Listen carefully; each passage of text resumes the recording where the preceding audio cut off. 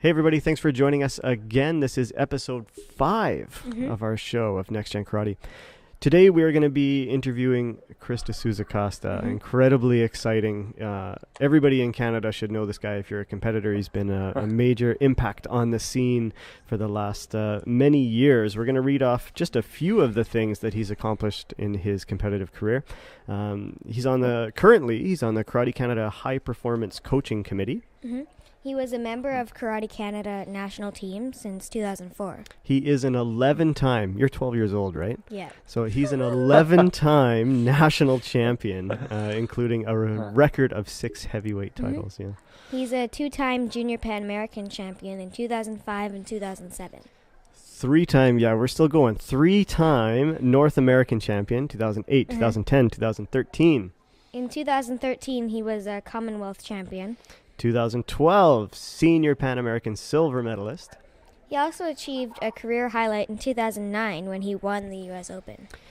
Karate Canada Athlete of the Year 3 times, which is an incredible accomplishment, and he twice won Karate Canada's Sportsmanship Award as well. His international experiences include 2 appearances at the World Junior Championships in 2005 and 2007, when he served as team captain, and 4 appearances at the Senior World Championships in 2006, 2008, 2010, and 2014. Yeah, so that was the last Senior Worlds. The next one is happening right away in a couple days, actually, in Austria, but he's not there this time.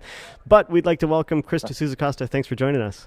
Thanks for having me. Yeah. That's awesome. So, that's a long list, man. Holy cow, you've been involved for a lot of years. I've been around for a while, yeah. Since, national team since 2004, but my first nationals was in 2001 in PEI. Wow. Yeah, that's a throwback, I guess. That's 15. That's more than you were born, Lauren. Yeah, I think it's 15 consecutive nationals. Yeah. Incredible. Okay. Incredible. So how long have you been training for? Training now it would make it, I want to say, about 24 years. Whoa. I've been doing karate. Yeah. Nice. That's like double my age. You're going to make him feel old. Yeah. And I've probably been doing tournaments, those 24 years for 23. So I think my first competition was a green belt. I think I've been training for about a year, just over a year. My first competition, it was a green belt. I was like in the 8 to 9-year-old category. Yeah. Wow.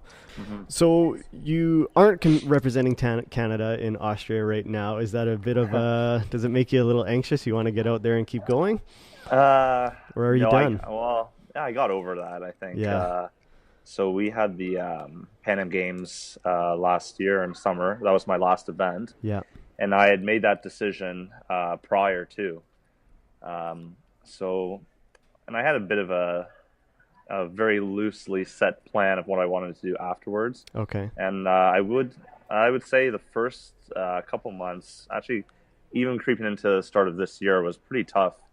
I think the most difficult thing to accept was when everyone was at the nationals and I didn't go. Okay. And I'd contemplated going to just even to watch, but it wasn't feasible at the time. And that's probably when I was like, wow, I'm not doing this anymore. Yeah. Because the nationals is something special. It's a community and everyone knows each other. But since then, no, I feel good. I mean, I'm still, like you were saying, I'm on the high performance committee and on board of directors. So I'm involved now in a different capacity and just focusing on other aspects of my life that I had put to the side because I was focusing on competing. Yeah. Maybe we could just come back to the Pan American Games, that your final tournament. I know at our dojo here we had a summer camp going on at the time, and we had the live stream up on the TV the entire time. What a stage! in amazing. Canada for that competition. How was that going through? Like the whole experience, the athletes forum, the competition in itself. Yeah. Wow. It was like nothing that I've ever experienced. Yeah. And I'm sure it'll come up later. We'll talk about the Olympic inclusion, but at the time we weren't an Olympic sport, and this is pretty much the closest we were going to get to an Olympic experience, and it's just amazing. I mean, the amount of media attention that we got suddenly was pretty shocking. I mean, we even had to do media training and how to respond to journalists and different broadcasters, doing different interviews, whether it's radio or in person. Uh, Highlight of my interview career, I got Scott Russell from CBC interviewed me, and I was like, I thought it was Wow. so cool because he's Yeah. done all the Olympics and all the major sporting events for Canadian athletes. My gosh, the Pan Am Games. I mean, just the athlete village, the environment there, and it was amazing. Like we would walk within the in the village and a little bit outside, and everyone, because we had to wear our team uniforms and whatnot, and Sure. everyone would. It would be like it's a huge celebration. It's like a 2 week long celebration. Yeah. And the tournament, organizational wise, it was done very, very well, and very cool to see that we got live TV coverage. I think we were the only combat sport at the Pan Am Games where they actually showed our events live. And most of the other events was either streamed online or you kind of got the highlights with the news. But I think we had outsold for ticket sales for karate more than all the other martial arts that were at the Pan Am Games combined. I heard that too. Yeah, so that's really cool for us. That hey, karate is actually a sport that people recognize and they actually care about and want to watch. So how was that for yourself? Like, how difficult was it to stay focused for competition when you have this entire experience out there that is a first time for karate athletes, Yeah. I'm pretty good at tuning those kind of things out when it actually comes down to game day. Right. And I've had experience at world championships before, which in terms of the amount of competitors and the amount of spectators, was still bigger than the Pan Am Games. Although, in terms of coverage, of course, the Pan Am Games was on another level. But you get to the arena.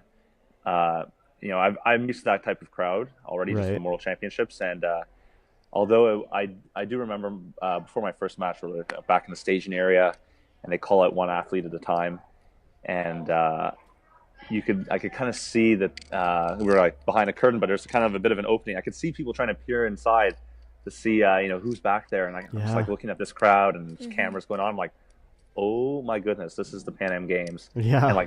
And for a split second, then snap out of it. Okay, back to game mode and focus. Right. But when they call your name for the first time and you come out and the whole stadium's cheering, that's pretty cool. Oh, I've never experienced anything like that. Yeah. Oh man, Pan Am Games, that'd be incredible. Do you see yourself? What do you think about competing at that, Lauren, on that stage? It'd be big, yeah. It'd be huge. Think you could do it? Think you're gonna get there? I don't know. Gonna try anyway. Yeah, maybe, yeah. So for people like Lauren out there, I mean, like you said, you've been to the World Championships 4 times. If you could go back and give advice to a 12, 13-year-old self or to this huge next generation that is coming up, which I'm sure you're already working with a lot of athletes in Team Canada yourself, what could you say to them to inspire or to help them out? I think the biggest thing, it sounds like we're so cliche, but it's really to make sure that you're enjoying what you're doing.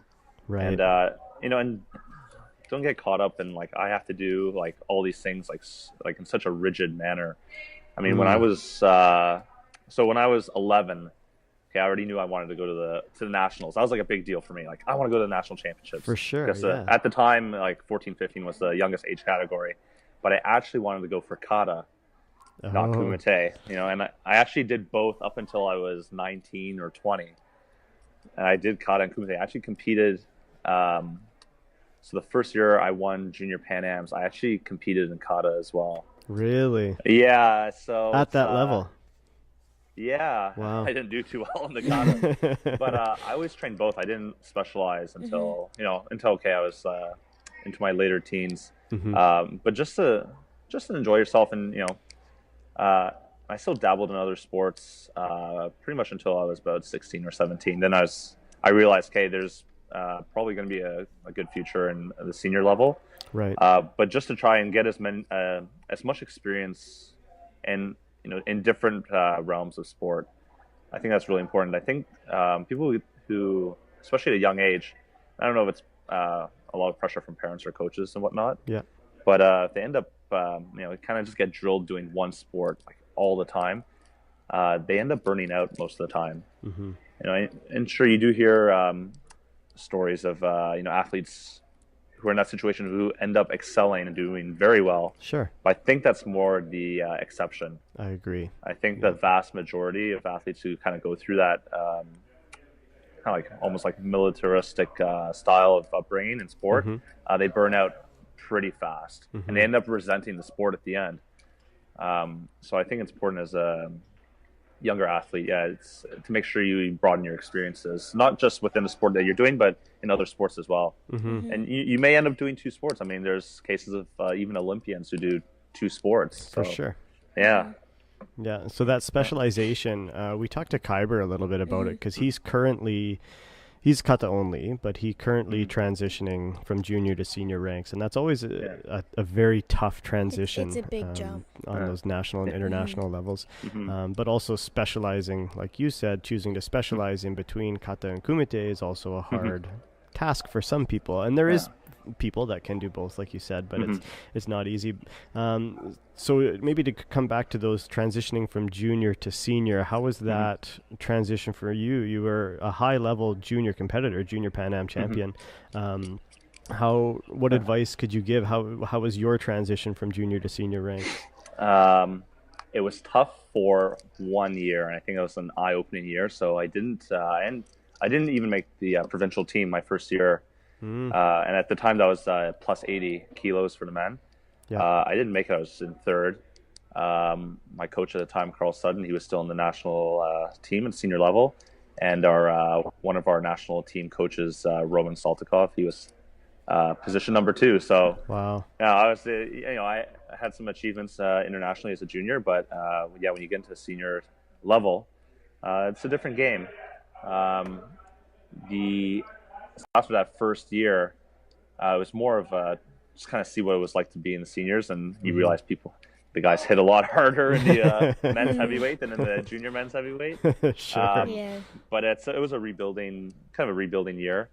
And then after that, I qualified for nationals, but and as a senior, I think the biggest help for me was the second time I had won Pan Ams as a junior was I was in the 18 to 20 age category, and I was invited to the senior national training camp.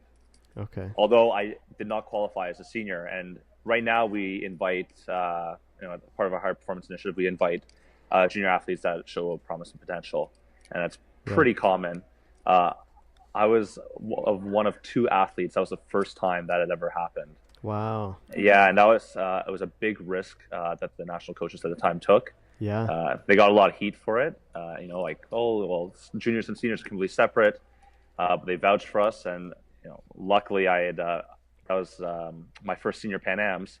I basically got on the national team without qualifying at the senior national championships. But I basically got in because there was an open spot. The second position was open, right? And no one wanted to fill that spot, and I had just come off a gold at the junior Pan Am. So they said, "Hey, Chris, are you interested?"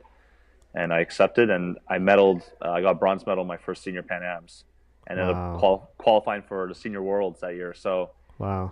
I don't know, it was luck or hard work, a combination of everything, but things fell in the right place at the right time, and that really helped catapult my career as a senior athlete. So who, maybe you could just shout out if you want, who are those coaches that took that risk on you and paid off? Yeah, Paul Oliver, our assistant head coach for the national team, and Manuel Monzon, who is our head coach for a long time and one of my biggest role models in karate. Incredible. Okay. So what's it like going from super active competitive athlete to a retired karate athlete? If I told you how many times I put my gi on since I've retired, I think your jaw's a drop. I don't do karate. I don't train in karate that much anymore, and part of that's on purpose, just because I need to separate myself from that aspect of the sport. I went through a very difficult time right after the Pan Am Games. I couldn't even look at my gi or my Pan Am gear or whatnot. Yeah, that was a very tough transition, and as an athlete, at least I speak for myself. It's all or nothing when you're in training. I can't go to the dojo and just throw the gi on and unless I'm teaching or coaching, that's one thing. But if I'm training, I'm going all out all the time. Yeah. And for having done karate so long at that level, yeah, my body's taken quite a beating. Even though 2015, was the best year I've had in training, I felt great. I was basically injured the entire year, and you gotta at one point you gotta think long term. I'm gonna be 30. I'm gonna be 30 in 3 months, and I don't want to be 40 and can barely walk. Yeah. You gotta look at the bigger picture. So I'm still very active. I work out. I do weightlifting, CrossFit. I post it quite frequently on my social media. It helps keep me in shape and athletically ready, I guess you could put it. We had the Karate Canada Summit a few weekends ago, and I put my gear on and I trained with the national team. They needed some big guys, and it was good in the moment. Like, well, I can a little bit of ring rust, but I still got it. Yeah. And then I did like 2 trainings for like 90 minutes each. It's like a tapering period, and I was so sore and broken for like a week and a half after, and I was like, yeah, I made the right decision to step away. Yeah. But yeah, now it's all good. So like you mentioned, weightlifting, CrossFit, is that the main focus of your energy now that you're outside of a gi, outside of competing? Yeah, so I've worked in the fitness industry probably now like 7 or 8 years, and a big reason because of that is I'd actually stopped going to school after first year university because I was doing the junior and senior national team at the same time. And it's funny, I'm actually at this conference of national team athletes right now, and I had this discussion. We were at my first senior worlds, and 2 days before my competition, I have to submit something online for one of my courses. And I said to myself, I just can't do this. I can't focus. I'm the biggest event of my career, and I got to focus on this other thing. And so I'd stopped, and then I'm like, okay, well, I'm not in school. I'm training, but I still got to make some money. So I got into the fitness industry. And through that, met some of my coworkers who were like, hey, have you heard of CrossFit? And I thought it was like the dumbest thing ever. I'm like, what is this? They're like, oh, it's basically competitive exercising. And I'm like, I'm pretty fit, bring it on. and wow, I probably had like the worst score out of everyone, out of people I thought were in terrible shape. Really? And so it was a humbling experience, and I like a challenge. I like to be competitive. Yeah. So I kind of kept that on the side because I didn't want that to overtake karate, because that was still the main focus. But yeah, once I stopped competing in karate, I just took the CrossFit and weightlifting stuff more seriously. I don't get injured nearly as often. I am sore all the time still, but yeah. So is that your profession? Is that your job as well as a hobby? I do that part-time, coaching CrossFit. I'm now back in school full-time, so that's my full-time thing. Oh, okay. So I had stopped school because of karate, and actually the timing of the Pan Am Games ending, which was at the end of July, and then school starting up in September. I said, this is a good way to fill that time that I was spending training, competing, traveling. And also you want to develop skills other than your athletic skills. Absolutely. Yeah. Exercise the brain as well as the body, so to speak. And so I'm in school full time right now. That's my main thing. Wow. Okay. Wow. Yeah. So do you have any shout outs for memorable coaches or training partners? Yeah. Manuel Monzon, who was my national team coach as a junior from 2004, and I think he stepped down right after the Serbia World, so it was 2010, 2011. He had a really big impact, more on the mental side of competing and being an athlete, and really it brought to light how you can train and kind of like be in the dojo all the time and training really hard, and then come game day and like things fall apart. Why does that happen? Right. Like how do you, or one day you have one competition, you have like an amazing performance, and how do you replicate that so it stays consistent across all the different competitions and the seasons? And Manuel is really instrumental in pointing me in the right direction for that. I still keep in touch with him from time after time. So he hasn't been, the coach for quite a while now. But I remember texting him right before, like an hour before I was called up to fight at the Pan Am Games, like before my event. Yeah. He gave words of encouragement, and nice. He used to call me the Rock, because I was like the big guy they needed in Team Kumite when we were down on wins. Yeah. So remember your Rock and all your training. It was really cool. Yeah. Training partners. Oh my gosh, I've had so many over the years. A couple like from the past. A teammate of mine, which used to be in -80, Justin Rosa. So he was Canadian champion. I believe it was in 2010, and he went to the 2010 World Championships in Serbia. So we were training at the same dojo at the time. Same age, kind of like I was at a previous dojo before, and we always see each other at provincials and whatnot, but I ended up joining his dojo, and we were training partners for quite a while. Also Saeed Bagbani and Asan Dabaji, who I trained with in my junior years. We used to all train at Don Ritter's dojo, and anyone knows Saeed, he's I think the best athlete that's ever come out of Canada for karate. And Asan was, man, that guy's fast. And I still keep in touch with those guys. And most recently, I don't want to take up, I'm going to say like all of my teammates. Oh, sure. But and Sarman Sanani, who's right now at the World Championships competing in -84. There was a time, so I've kind of gone through, I've seen the national team kind of change over multiple times. Like most national team athletes, they stay on the team between like 3 to 5 years. So I've seen people come and go, and I'm like still there. I'm like, what am I still doing here? But there was a time where all my training partners had moved on to other things in their lives, and I was kind of basically training with either junior athletes or kind of training by myself. And Sarman was also in a similar situation. Just not that there's a lack of training partners, but the training partners that are right for you in order to excel at that level. Right. I think that's really important. And so we get together whenever there's a big tournament. We coordinate and train together, and then eventually I trained at his dojo. We were training together for like 2 or 3 years, like pretty intensely. Like we would make arrangements of our work to train in the middle of the day, so we could organize that we could train the middle of the day and in the evening with everyone else. Right. And we shared a lot of emotions at the Pan Am Games. So no kidding. I just want to touch back on one thing that you said, because I think it'll be very important for this next generation and even the current athletes at a high level. You said when you were working with Manuel Monzon about your prep in the dojo being replicated under a competition setting, the pressure and anxiety not getting to you. How, if you train so well, does it not happen on a competitive format?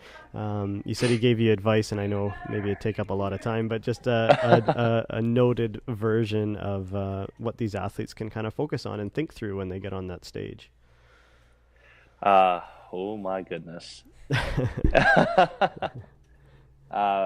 Yeah. Oh wow. This is going back. Manuel, it always he always talked about putting basically when you're competing. I mean, there's times where you get beaten. The person is okay. For sure that person was better than you that day. But more times than not, people don't do so well in the competition. They don't achieve the results they want. And the first thing that happens when they come out and they've kind of like cooled off is, I should have done this. Yes. Yeah. Have you felt that, Lauren? Yeah. Yeah. Or if, my opponent like did this one thing and I could have capitalized on it, but I didn't. And a lot of that has to do with doubts and overanalyzing. There's a saying like paralysis by analysis. Yes. And I think it's very true for karate. It's very common to say karate is treated like a chess match, right? Yeah. So Manuel is always talking about taking your foot off the brake and putting it on the gas. And that really resonated with me. And we actually, at this athlete conference I'm at, we actually talked about that, about taking your foot off the brake, putting on the gas, and what's the optimal, basically mind state that you need to be in order to excel. You don't want to be too amped up, but you don't want to be like basically falling asleep. Sure. And you talked a lot about your outlook on things. So things, if you have an obstacle or a challenge, you don't want to look at those as problems. You want to think of those as opportunities for you to excel and to improve and be better. So I like that. And that changes. You're still doing the same task, right? You're going out, and you're competing, but if you go in and for example, if you go in and you have a tough draw, and you're going, oh my gosh, I have this person won this tournament, this person did blah blah blah, that person beat a world champion, and you need to push that aside and be like, I belong here, and this is an opportunity for me to show everyone and myself that I belong here, and I can beat these other competitors. I talked a lot about opportunity. And oh my gosh, it's going to beat me up because I use this quote all the time to help me. And I feel like because I haven't put my gi on in so long, it slipped my mind. But it goes along the lines of like, opportunities never lost. It's just passed on to those who are ready. And I remember he sent this huge email at the end before the 2005 Junior World Championships, because he wasn't going for that one. And Paul Oliver was our lead coach for that. Right. I remember he sent this long email and to the entire junior national team. At the end. That's beautiful. At the end of the day, there's one person's going to take the gold, one's going to take the silver, and one takes the bronze. And opportunities never lost. It's just passed on to those who are ready. I love it. I love it. Yeah, that's wonderful. Maybe just a couple more questions. I know we're taking up a lot of your time, but maybe you could just tell a little bit about what you're doing this weekend. We had to kind of bump around the times a little bit, but you're representing. It's a big athletes conference, is it not? Or? Yeah. So this past just wrapped up right now. It was all weekend. It was the Athletes Can Forum. So Athletes Can is it's a nonprofit organization that basically consists of national team athletes from all recognized sports under Sport Canada, karate being one of them. And the athlete representative from every NSO, which is National Sport Organization, an athlete rep from each NSO attends this conference, and we basically share best practices. We learn from each other. Hey, what is your organization doing that we could, and maybe we could take that and implement it in our organization. What are some of the issues that are surrounding sport in Canada? Issues on, say, funding. We talk about funding in Canada. It's always a big one. And things like, which are coming more into the spotlight, things like how to brand yourself as an athlete. What are the obligations, if any, between the athlete and the national sport organization when it comes to commercialization of you as an athlete? Right. And these are things that we don't really think about. And of course, when you're younger, I don't think you should think about them. No. I think you should be focused on your sport. But as you get older, and especially because there's the Olympic journey now, those things come more into the spotlight. And one that really resonated with me was actually the transitioning aspect of someone's athletic career. Right. What do you do afterwards? And it was actually really amazing to hear the stories of people who have either retired after the Pan Am Games or after the Rio Olympics. Of what are they doing now? How are they coping with not being an active competitor? What strategies are they taking to move on to other aspects of their lives? That change and that transition. Oh, that'd be outstanding to be. Are you a representative of Karate Canada there, or are you just there for yourself? No, so I'm the athlete representative for Karate Canada. I have been, which feels like forever. I think it's something like 7 or 8 years. Wow. And I've been around in and out of the high performance committee for about that same time. Okay. So I'm the designated athlete representative, and so I'm able to attend this conference every year. And usually I don't end up going because it always falls around the same time as the World Championships. Right. So it's like I was actually telling some people here, like, oh yeah, actually, we have Worlds right now, and my teammates are. And it's so weird. I always refer to them. Yeah, my teammates are there. I'm like, are they actually my teammates, or like, oh, the national team is there? Those are. language I'm still struggling Still to. fighting with. Yeah. Yeah, of course. Well, it's we actually so new, right? we Yeah. had a thing here. A lot of these athletes here are retired. They talk about, yeah, when you're an athlete, you're training. Now they say, yeah, now I go to the gym, I'm exercising. And we think it's pretty hilarious. Yeah. No kidding. Well, maybe we'll just hit Chris up just so people can get to know him a little bit better outside of the karate world with some non-karate questions. Yeah. And then, we'll call it a wrap. So Cool. What sports do you like to watch? All right. I love to watch weightlifting. So right now is the World Youth Weightlifting Championships. I think they're in Indonesia. I love to watch weightlifting. If you want to talk, I'll start with Olympic winter sports. Bobsleigh, I really enjoy watching. Hockey. I'll watch a gold medal match. I sound like the worst Canadian. Like, hockey. Not so much though. I mean, I get into it. Obviously, that's a sport that Canada is very well at, and there's a lot of passion behind it. Of course. Winter. I start with winter sports. Yeah, bobsledding, speed skating is another one I really enjoy. Because those are two sports that I had contemplated doing. Really? Transition after karate. I actually went to a bobsledding ID camp. It was like a few years ago. Just kind of dabble in it. They have like a battery of tests, and I'm really good. I excel in the strength portions and in the explosive speed ones where I thought I'd do really well. I actually didn't even make it on the chart. Oh, really? Wow. Gives you an appreciation of how how different sports, the different types of attributes that athletes need depending on their sport, and it really gives you an appreciation because you look on TV, you're like, I could do that. Yeah, exactly. And then you're thinking like, whoa, actually, it's not so simple. Yeah. If it comes to summer sports, I love track and field, and more on the field side than on the actual track, like long jump, triple jump, high jump. I love those sports. Weightlifting, as I was saying, swimming. So my dad actually competed in the 1960 Olympics for swimming. So no way, really? Yeah. Wow. Yeah. That's incredible. So, for Portugal. So. Oh, interesting. Yeah. Yeah, and of course, when I couldn't even walk, you put me in a swimming pool, and I was awful. It's like, all right, I guess we're going to karate now. But hey, I mean, you did good enough at karate. Yeah, so, I did pretty good, and I actually for all the other martial arts, I love judo. I really like judo. Yeah, I actually think the world governing body for judo has done a good job, especially the Olympics, to make it viewer friendly. Totally. Which I think karate, it's getting there. Yep. I mean, they'll have to. I think they did a really good job at the Pan Am Games. I think that was awesome. It was incredible to see. Yeah. I've never seen karate displayed like that. Yeah, the replays, the angles, the slow mos. Totally. Yeah, it was outstanding. It's like everything that you'd want it to be and more. So, yeah, it was unbelievable. Yeah. Okay, so who are some of your favorite athletes? Some of my favorite athletes. Oh my goodness, not in karate. No, that's an easy one.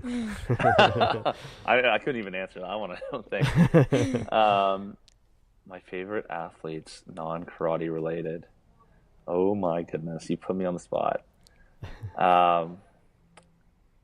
It seems like you're not a mainstream sport kind of guy, though. Like it seems like the typical favorite athletes. You talk LeBron James or whoever. Yeah. It sounds like that's not your job. No.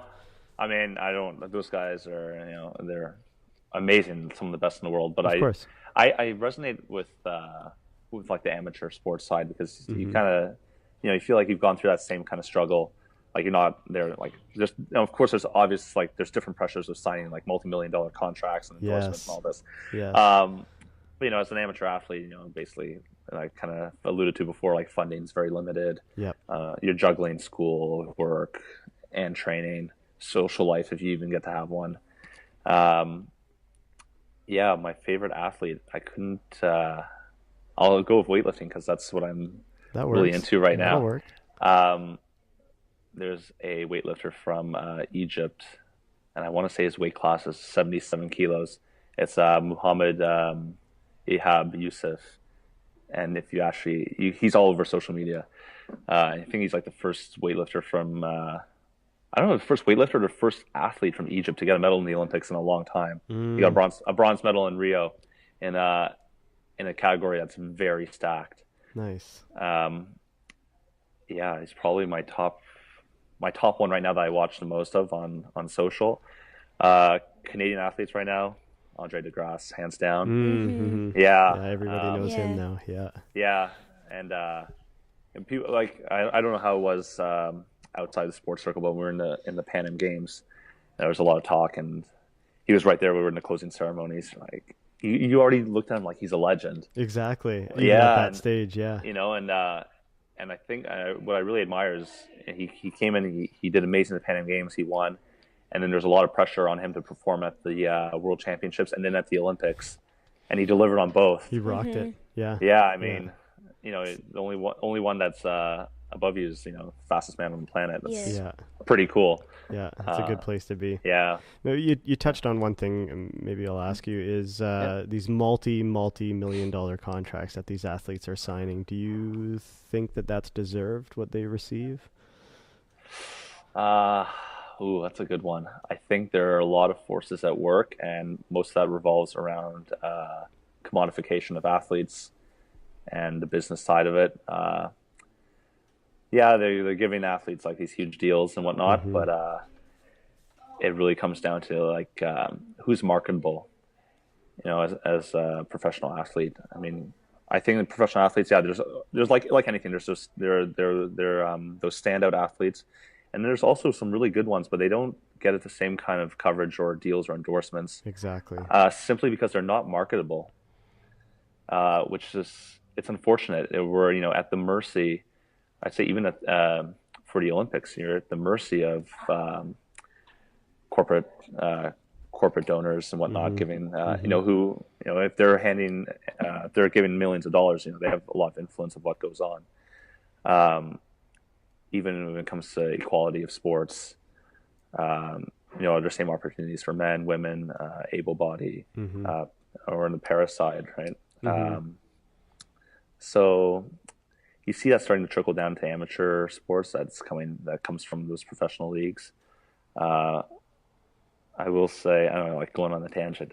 I think it's important. I think it's good that those professional sports leagues have player unions. Yeah. I think it's needed because they need to band together. Otherwise, some people kind of get left in the dust. And that's sort of, I mean, combat sports doesn't really have a equivalent beside the UFC, I suppose. But that's, I think everything that you say is directly relatable to them. It's how marketable you are. That depends on how big a payday you're going to get to fight. And even the most talented athletes in the world, if you're not a marketable athlete, you're not getting the same opportunity and you're not getting the same paycheck. And there is no union once you're done. So once you're done, you're done. And you're literally putting your life on the line at that level. I think, and you know, a lot of it, it comes down to the viewership because in professional sports, I think it becomes less about the game or whatever sport you're playing. It's more about can we sell you as a professional athlete as entertainment to viewers, and if we can't, we're kind of kicking you off that primetime slot and putting another sport in there that's more marketable. Yeah, I mean that's why Super Bowl ads cost as much as they do. You know, it's one of the highest viewed events in the world. So. And you know, for amateur sports, if you can get like 2 seconds of TV time, you know, we're like, that's awesome. Thrilled, ecstatic. Yeah. I do think that karate, and even karate in Canada, we have an opportunity just from the amount of coverage we got at the Pan Am Games. I mean, we're being shown live on CBC. The stadium's full. I think there's a real opportunity to capitalize on that, even for things like our national championships. Yeah. Even to broadcast that, or you know, we do have the Olympic spot now, so we'll see what the WKF does. They're putting a lot more into social media right now, and we'll see how the live streaming. Yeah, we'll see how the live streaming goes next weekend for when the Worlds actually start. But those things are going to become more important now that we're going to have more visibility. Absolutely. Speaking of social media, just to wrap this up, people can get in contact with you via Twitter at Athletic Motion. At Athletic Motion, which should be a verified account within the next week. Oh, that's exciting. Yeah. That's big time. Yeah, all the athletes here are like, well, we actually, one of our conferences was, we had one of the heads from Twitter Canada come in, and give us the breakdown of the stats and what's the ideal tweet. What does it include? Things that I never would have thought of, and I actually kind of took a break from Twitter, right? On the Instagram and the Snapchat, and sure. I kind of look. It's like, there actually is a lot of value in Twitter, so I'm going to be tweeting a lot more. And that's marketing yourself, right? Just who knows what opportunities comes of it. Exactly, and just if people want to have a conversation on Twitter, I'm all for it. At Athletic Motion. That's perfect. We'll put a link in the description of the video. I just want to say again, thanks for taking the time. I know it's been a busy day for you already at the forum, but we really appreciate it. Yeah, and we'll talk soon again. Yep. Thank you. Yeah, hopefully I'll see you guys at the Nationals 2017. I will be there. So excellent. Hopefully I'll see you guys there. We might be. We're talking about it. We might do something live there. We might do some live shows or some interviews there. So yeah, we'll catch you there. Stop by. Yeah. Bye. Awesome. Sounds good. Thanks very much. Thanks, guys. Okay. Bye. Peace out. Bye. That was awesome. Outstanding guy. I mean, his record speaks for itself. He's done so much. It's incredible, right? I think it's a really good person to have on so you can inspire and show people like yourself and current high-level competitors. How much you can do. Yeah. Those big tournaments. Huge tournaments. And even the life after karate, right? Like, he's still heavily involved. This weekend he's at the Athletes Can Forum. Yeah. So he's an athlete rep. He's still broadening his knowledge, and his career path is still in line with everything that he's done. He's a really good guy. I think we'll have to have him on again to finish up. I still have a bunch of questions for him about Olympics and what his thoughts are on it. But thanks very much, Sousa Costa, for joining us on episode 5. We'll see you guys next time. Make sure to vote on your favorite theme music that was displayed at the beginning of the episode. Hit us up on the web at nextgenkarate.com. On Twitter at NextGenKarate. Facebook.com/NextGenKarate. And our email is nextgenkarateshow@gmail.com. Leave some comments, like our videos, share our videos, please. We want to reach out to as many people as we can to tell these people's stories because they're so exciting and exhilarating to us and to everybody else out there. Thanks again. We'll see you on episode 6. Bye.